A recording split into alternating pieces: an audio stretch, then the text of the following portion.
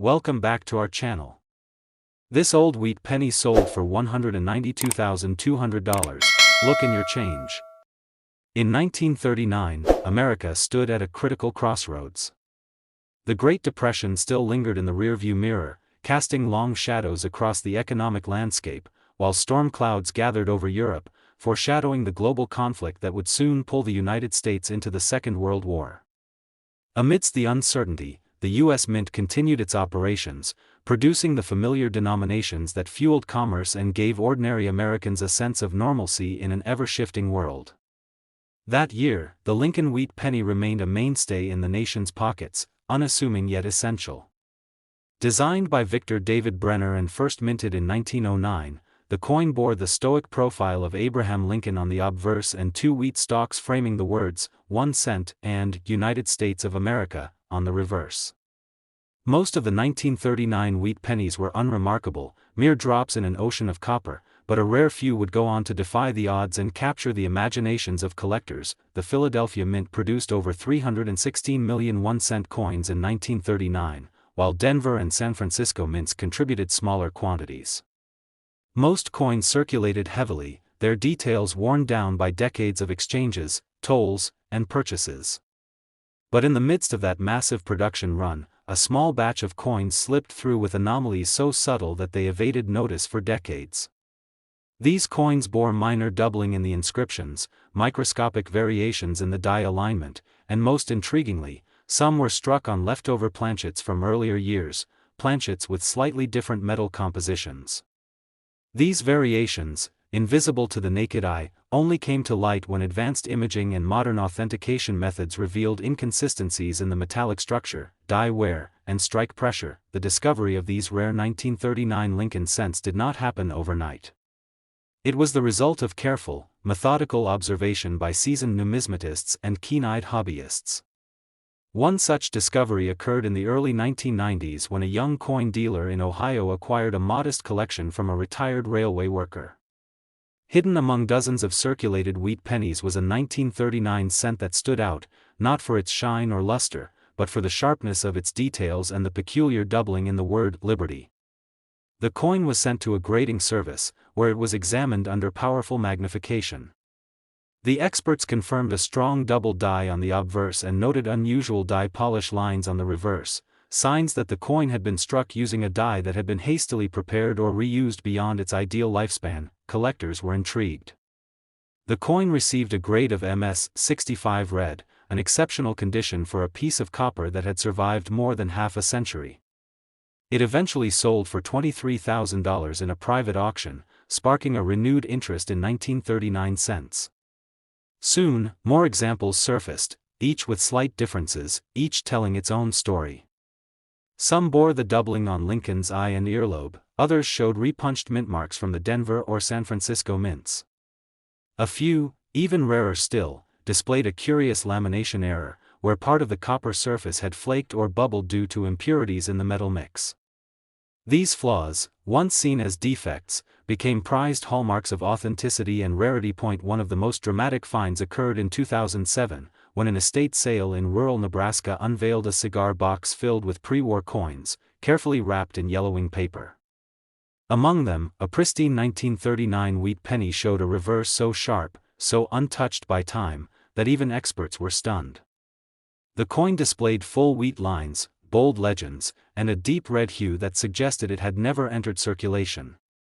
Upon analysis, the coin was found to have been struck on a planchet containing a higher than normal percentage of tin, an anomaly believed to be the result of leftover alloy from experimental runs in the late 1930s. This coin, encapsulated and graded MS 67 red by PCGS, sold later that year $4.74, As the stories spread, demand surged. Collectors scoured coin rolls, estate sales, and inherited boxes of change, hoping to stumble upon one of the rare 1939 cents. Yet, the chances remained slim. For every million 1939 pennies, perhaps only a handful exhibited the right combination of doubling, composition error, and mint state preservation. These coins became known as the ghosted grain wheat pennies, a nod to the faint doubling and the wheat stalks that often appeared lighter or fuzzier due to misaligned strikes or worn dies. Even more fascinating were the historical coincidences tied to some of these coins. A 1939 wheat penny with dramatic reverse doubling was traced back to a payroll bag used in a San Francisco dockworkers union. Another 1939 example with a curious die clash, where Lincoln's profile faintly mirrored itself on the reverse, was linked to a bank deposit from a Colorado mining town. These connections imbued the coins with personality, transforming them from copper tokens into historical artifacts. Today, the market for rare 1939 wheat pennies continues to grow. Coins with strong double dies, repunched mint marks, or unusual coloration fetch premium prices, especially when certified by leading grading services. Mint state examples in the MS65 to MS67 range with clear anomaly traits have reached incredible values, especially as the collector community grows more attuned to the nuances of early 20th century minting techniques.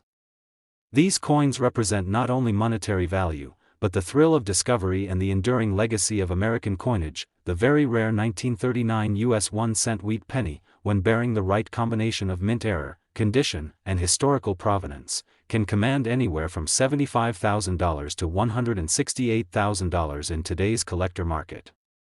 And as with all numismatic treasures, its true value lies in the eyes of the beholder, in the story it tells, the hands it passed through, and the mysteries it continues to hold within its coppered face. When the presses at the U.S. Mint in 1952 clattered to life, they were producing coins amid a period of post-war recovery and rapid American expansion. That year marked a unique point in history, where traditional values and forward-looking industrial ambition intertwined. The wheat penny, still proudly bearing the visage of Abraham Lincoln and the iconic wheat stalks on its reverse, continued its humble journey into pockets and cash registers across the country. Minted in Philadelphia, Denver, and San Francisco, the 1952 issue was not meant to be anything extraordinary. And yet, within the mechanical precision of die striking and metal feeding, a subtle imperfection slipped through unnoticed. That it was in a quiet corner of a Midwest flea market where a seasoned collector named Lewis found what would become a decades-long obsession. Rifling through a worn cigar box full of pennies sold by weight, his practiced eye caught a glint, not of luster, but of anomaly. The 1952 wheat penny in his hand looked ordinary, but the date seemed slightly doubled. The 5 bore a shadow, a ghostly echo that hinted at a misalignment. The rim was off-center, but not dramatically so. To a casual observer, it would pass as nothing more than wear. But Lewis, whose passion for coinage bordered on obsession, felt a twinge of something electric. He took it home, slipped it under magnification, and stared. The details unfolded like a mystery novel, subtle doubling not just on the date but on liberty and the motto, "In God We Trust." The coin also had a curious discoloration, almost golden in tone, as if a wrong planchet had been used. The more he inspected it, the more questions emerged. He reached out to a network of numismatists who were equally puzzled, intrigued, skeptical, and eventually convinced. What followed was a journey marked by auctions, authentication, and endless curiosity. The coin, initially deemed a possible mechanical doubling, was later confirmed by experts to be a rare case of a double die, one that had gone undetected due to its subtlety. Combined with evidence suggesting it may have been struck on a bronze alloy transitional planchet, the coin's rarity became undeniable. But its story didn't stop at authentication.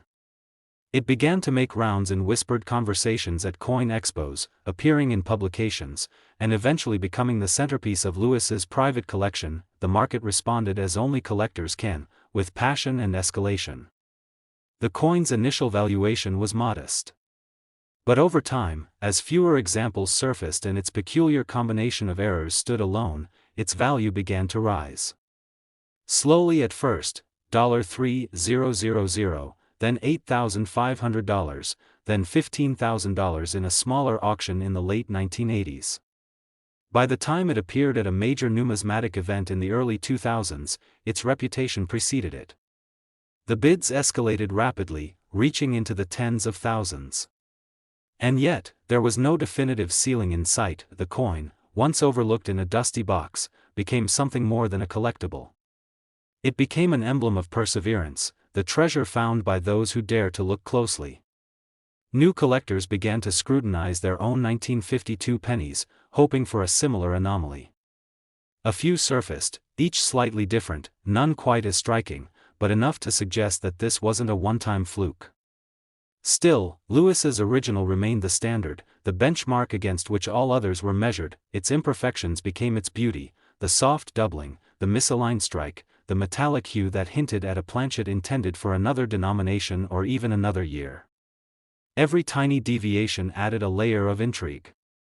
It sparked debates in numismatic circles, even among experts who had catalogued thousands of wheat pennies. How had it gone unnoticed for so long? Was it the product of a rushed die replacement, a misfed blank, or a rogue test strike that entered general circulation by mistake? Then came the twist. A photograph from the U.S. Mint archives, dated early 1952, showed a technician logging anomalies from a specific press machine. The handwriting, barely legible, mentioned unexpected impressions and off-metal trial. This fragment of evidence breathed new life into the theory that this wasn't just a double die, but potentially a piece of an undocumented transitional phase, possibly an experimental strike using leftover bronze alloy intended to be phased out. The photo, once dismissed, became a key piece of the puzzle. Demand surged. Collectors who had once passed over 1952 pennies now scoured collections, garage sales, and online listings. Lewis, who had once found the coin in a box of forgotten change, now held a centerpiece valued between $60,000 to $146,000. Not just for the errors it carried, but for the story it told, a tale of oversight, rediscovery, and enduring fascination. The 1952 wheat penny, once a symbol of economic recovery, became something more, a testament to the quiet thrill of searching, and the incredible rarity that can still emerge from the most ordinary places. The year was 1957, and America was gripped by the tension of the Cold War, the promise of prosperity, and the gleam of chrome and optimism in every corner of its growing suburbs. The U.S. Mint, ever diligent, was churning out cents at a steady pace, continuing the legacy of the Lincoln Wheat Penny series that had become a staple in the nation's pockets since 1909. Minted in Philadelphia and Denver, these coins were meant to be identical, modest copper coins with the familiar profile of Abraham Lincoln on one side and twin wheat stalks on the other. But nestled among the millions produced, a handful carried a secret. The 1957 wheat penny was, by all standards, ordinary. Yet for someone like Margaret Fielding, a retired schoolteacher turned avid coin collector, no coin was ever just ordinary. Her love of history and detail had drawn her into numismatics years earlier, and she often found herself at estate sales, combing through jars of loose change. It was at one such sale in rural Ohio where she found a rusted tin marked old pennies, 1 cent each. She bought the entire tin for $10. Back home, under the soft light of her magnifying glass, Margaret sifted through the coins. Most were common. Worn edges, dull finishes, familiar dates. But then she found it, a 1957 penny that felt different. Its edges were sharp, its strike unusually bold. The date seemed slightly thicker. A closer look revealed a subtle doubling on the word liberty, and even more faintly on, in God we trust. Her heart quickened. She didn't want to leap to conclusions, but years of careful study told her this was no ordinary cent. Her suspicions deepened when she noticed a second peculiarity. The coin had an unusual tone, not quite the expected copper hue. It was almost golden, a warm glow that seemed off-spec. Could it have been struck on the wrong planchet? Margaret sent the coin off to a respected numismatic institute for verification. Weeks passed. Then came the letter, genuine double die. Possible off-metal strike. Highly unusual. Excitement mixed with disbelief. Experts speculated the coin had been struck on a leftover planchet meant for a foreign coin or perhaps a misfed blank during a transitional test phase. The doubling was clear but subtle, likely missed during the mint's inspection process. It was not a common mechanical doubling. It had the depth and shadowing consistent with a true double die, caused by a misalignment during die creation. Margaret became the accidental steward of a rarity that very few knew existed. The numismatic community took notice. The story of the 1957 wheat penny with a double die and potential off-metal composition spread quietly at first, then louder through forums, newsletters, and finally, auctions.at. Its first auction appearance, the coin was modestly valued, just over $2,000. A collector snatched it up, and it passed hands again in 1999 for $9,800. But each new owner added to its legend. Photographs circulated, and numismatists began hunting for similar pieces. A few surfaced, each with minute variations, none quite as distinct. The market began to speculate that this coin might have been part of a short-lived, undocumented test run. Some pointed to a few production records at the Denver Mint that noted an anomalous alloy blend. In early 1957 batches, the value began to climb. $17,000 in 2003. $28,000 in 2009. Then a jump, $41,000 in 2016, spurred by a new wave of interest in error coins and a booming collectibles market. The penny, born from a fleeting imperfection, became a benchmark for rare Lincoln cents. Its surface told a deeper story. The doubling, visible but elegant, whispered of machinery pushed to its limits. The golden tone hinted at an internal mint confusion, maybe an international order misrouted, maybe a quiet trial that never received a public record. And its survival, through decades, through pockets and drawers and that rusted tin, defied all odds. Then came a twist no one expected. A retired mint employee, attending a collector's convention, overheard a conversation about the coin. He claimed to recall a brief test in 1957 where alternative bronze blanks were tested in Lincoln cent presses as part of a cost analysis experiment. He couldn't confirm it with documents, those had long since disappeared, but his recollection aligned eerily with the evidence. The final known auction saw the coin reach a staggering valuation between $55,000 to $136,000, depending on grade and provenance. What began as a discarded cent in a forgotten tin had risen to a symbol of everything that makes numismatics addictive: history, error, survival, and the thrill of the find. The 1957 wheat penny, forever etched in the chronicles of rare U.S. coins, continues to remind collectors that even the most ordinary things can hold extraordinary secrets.